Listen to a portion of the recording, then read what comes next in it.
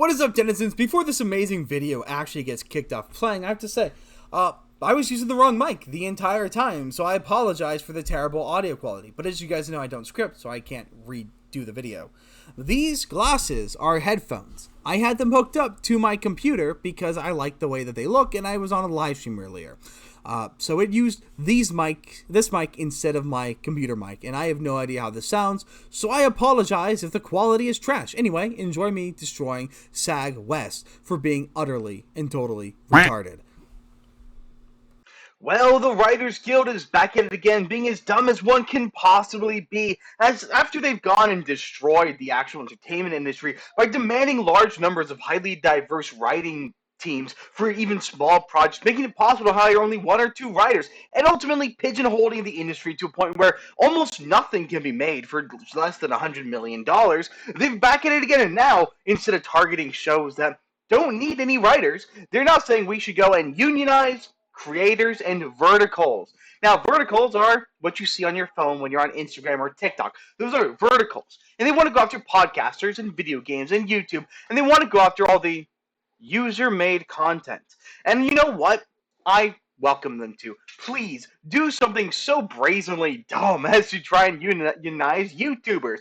Because when you unionize a bunch of creatives, you lose one key thing: authenticity. There's a reason why every single product that's been put out the last few years all look identical. It's because it's completely devoid of any kind of authenticity or originality, because it's being forced to be pigeonholed to that of the union. And when you have such a diversified and such a decentralized field, such as podcasting and YouTube making and Instagram reels, you're never going to be able to get everyone together to agree on something.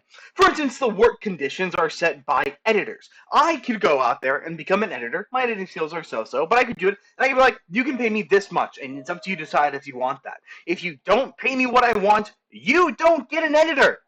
It's that simple. You have to find a compromise. But if unions get involved, and they're now unionized YouTube editors, all of a sudden the pay is going to increase substantially as they demand a cut. That is basically, we have all these different systems where YouTubers can team up with each other with a giant system, and this system helps promote them. And every single time it is a scam because the YouTuber creator loses so much money and revenue and reach that it's not worth it in the end. And that's what you're asking for when you unionize creators as well. And of course, the only YouTubers and creators who actually need a union in any way, shape, or form are people like me, Ryan Roger Athe, or Nerdrotic. The ones who are at a constant threat of being deplatformed, but I severely doubt any of us would be protected by a union, because we'd be kicked out for being too controversial and, well, anti-union.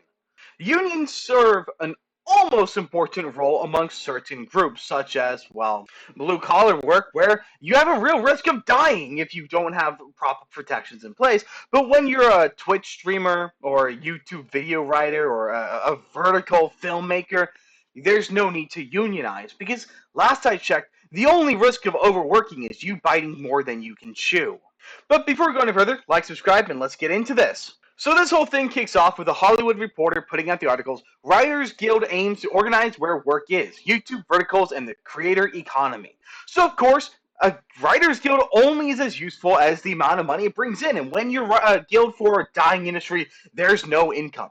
So they think they're going to go where the work is, and they think the work is on Instagram, TikTok, YouTube, Spotify, all these podcast places. They're wrong. No one's going to go and hire you. Let's be very clear. There are very few podcasts that are not scripted, and the ones that are scripted by very specific people in very specific fields, and trying to unionize them will do you no good. A true crime podcast might be slightly scripted, but even very few podcasts are fully scripted. The closest one I can think of are people like Night Vale, which is a pleasure to listen to, but it's the oddity that you have these fully scripted podcasts. And sure, sometimes a podcast might go out and try and hire some actors to help make their points known, but that is a relatively small amount of them. Most podcasts are kind of like what I do with my friends over at the Rose Gallery, where it's just a couple of people sitting down talking about news. No writing, no scripting, no preparing. You get a news story, you go in and you explain it. And you can't emulate that. You can't copy that with a writer's guild. The only way to do that kind of content is to, well, just do it. And there's no room in there for somebody to come in with a pen and paper and make money off of it, unless you're one of the active creators doing it. But what's concerning is it's a large number of people who are up for a position on the board at the Writers Guild of America West who are all pushing for these creator fields to be filled. And what I just love is the way that they frame this. That's the vision presented by multiple candidates for this year's WGA West Board and Officers election, who are reacting to the reduced TV and film hiring with calls for the union to expand. We are sitting on a shrinking iceberg and we must be willing to look beyond our current employers. VP Michelle Mulroney, who is running unopposed to become the union's president, wrote in her candidate statement. Incumbent board member Adam Conover devoted nearly all of his statements to an organizing narrative, focused especially on the creator economy. Like it or not, this is the future of television, he said, of YouTube. Hey, Writers Guild, small question. Why is your iceberg shrinking? Why is this industry that you have tried so hard to burn to the ground all of a sudden becoming obsolete and unimportant and undesired? Maybe, just maybe, here's a crazy thought for you.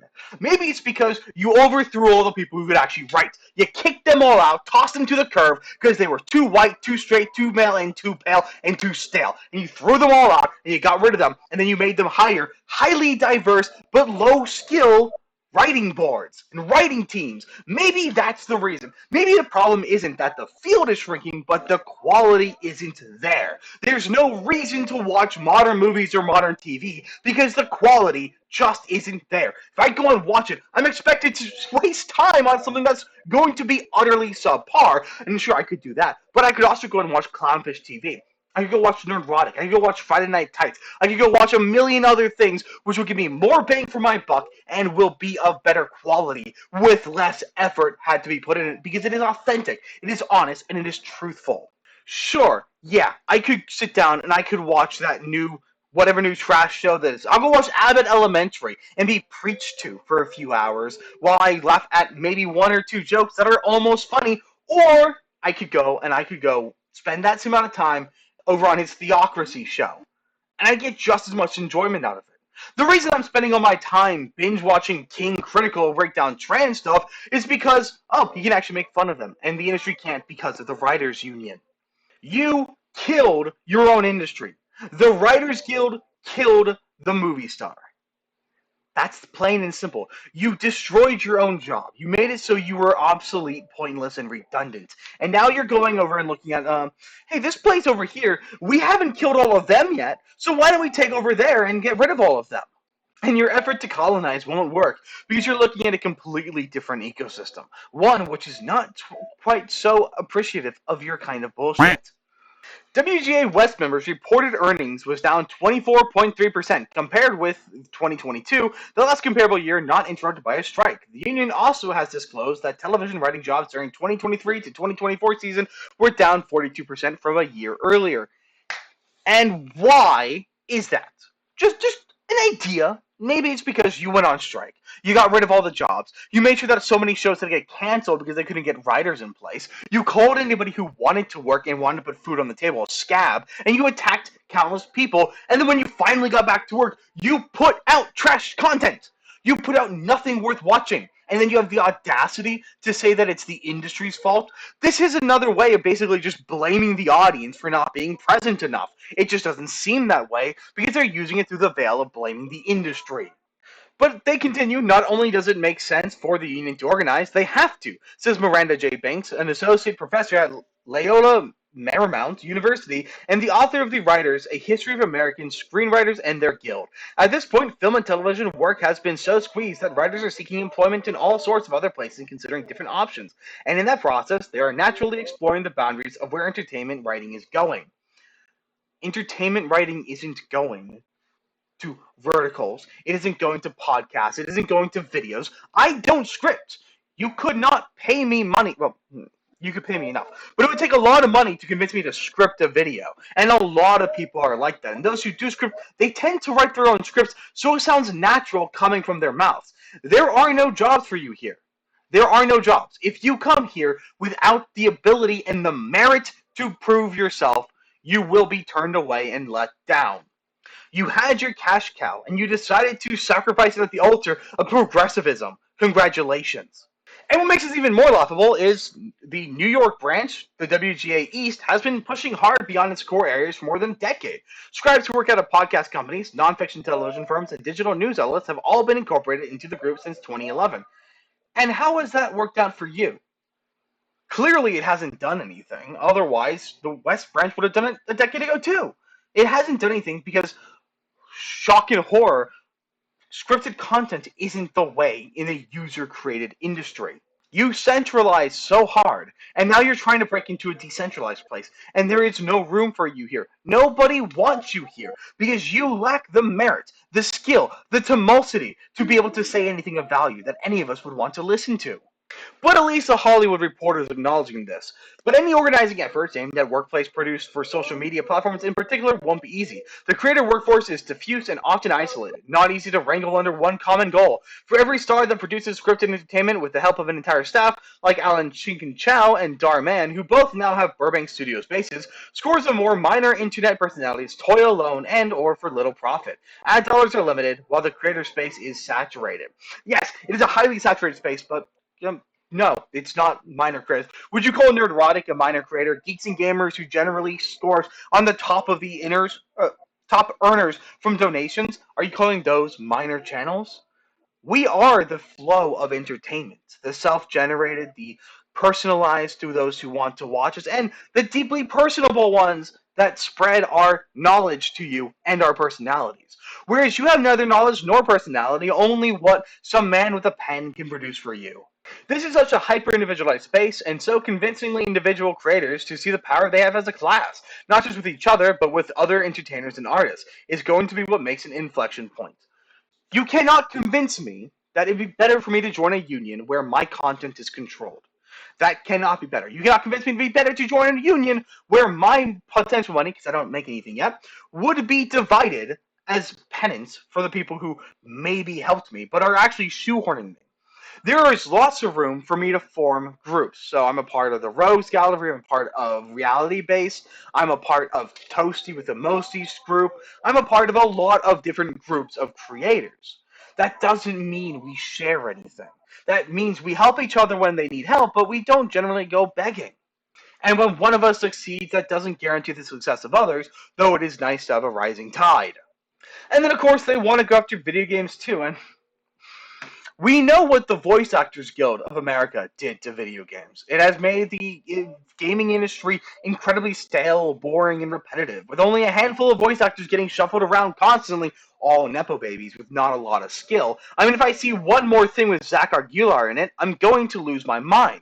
If I have to look at one more product with Yuri Lowenthal in it, I'm going to delete every game with him in it. I will sacrifice Helldivers at the fact that Yuri Lowenthal is such an annoying voice actor. And so if we have writers dictating what can go in games, now we're going to have a whole other slate of stale and boring games. And please, at the pinnacle of the death of AAA, do I implore you to bring in all of these extra things to make it 10 times worse. AAA already sucked. Why don't you bring the same tricks you gave to TV and bring it down a bit faster? But thankfully, in regards to this Writers Guild demand, common sense is a little bit more common than usual. With that, Park Place putting in an article, the Writers Guild wants to organize podcasts, but don't hold your breath, an editorial by LW Ghost. Now, Ghost puts out two key oppositions to this claim. One, it ignores why the number of working writers in traditional media are down, and it ignores the utterly different working conditions and payment methods of the new media, which bear little resemblance to traditional TV shows, movies, and even cable projects. Let's deal with the second one first, since it's easier and clearer to explore. The objects of being unionized as a writer, or for the matter, director, actor, grip, whatever, are, first, minimum wage pays scale. The bigger stars with more clout can always negotiate numbers over the minimums on the contract. Indeed, one study a while back suggested that in case of SAG, the Screen Actors Guild, about 2,500 people made 90% of all union income, which leads to second, the participation once you were vested, i.e. have worked on the required number of hours, years, or made the minimum amount of money to qualify. In pension and health benefits, and only a tiny percentage of overall membership of any of the major guilds and unions actually do participate compared to the fact that everyone, even those who get in 1 or 3 jobs and whose real work life is selling shoes or waiting tables, pays in as a piece of every dollar earned. And lastly, Third, what are known as working conditions, having to do with everything from degrees of creative control to limits on long, tiring hours, and all the not directly pay or bennies related world in which people earn their livings, or piece of them, or not. There is no pay scale for podcasters. You sit down and you do the work and you hope that the ad revenue comes in that YouTube or the platform is generous enough to give you if you're monetized. Views do not directly equal monetization, and most of the time you're basically nothing more than a pauper begging your audience to send you donations whenever you go live. You don't have to prove yourself to a union on YouTube. You have to prove yourself to the people, and that requires them seeing you. Whereas the union, you can kind of pull some strings to get views. On YouTube, it's mostly authenticity, and that alone. But even a cursory look at most podcasts, putting aside the teensy minority that actually have writing staffs other than influencer and their best buds or spouses, shows that when the producer is the director, is the writer, is the star, there isn't a lot of room for any of the above to be regulated by an outside entity like WGA. Remember, too, that people have been working for a company that has agreed to sign onto the guild contract to get the goodies promised, and they are obligated to then refuse to work for non-signed companies or entities or face discipline, including rejection from the guild membership. So yeah, if YouTube unionizes and I decide to join YouTube, and then I'm like, I want to upload to Rumble too, or I get banned from YouTube. I can't upload to Rumble as well if the guild isn't associated with Rumble. Otherwise, I'm a scab, and I'm going to get kicked out for violating the union that I was forced to agree with. And what if I want to platform somebody who was kicked out of the guild? Well, that's likely to put me under the guild's ire as well. I'm on YouTube because I explicitly don't want a manager to tell me what I have to do. I'm on YouTube because I have things I believe and want to say and want to do, and I'm going to do them, bar nothing. The notion that the Writers Guild of America thinks that they can get YouTubers to agree to become managed under some kind of team who is then going to require you to pay them, require you to give them all the benefits that they need, require you to control your content to ensure you stay in their good graces.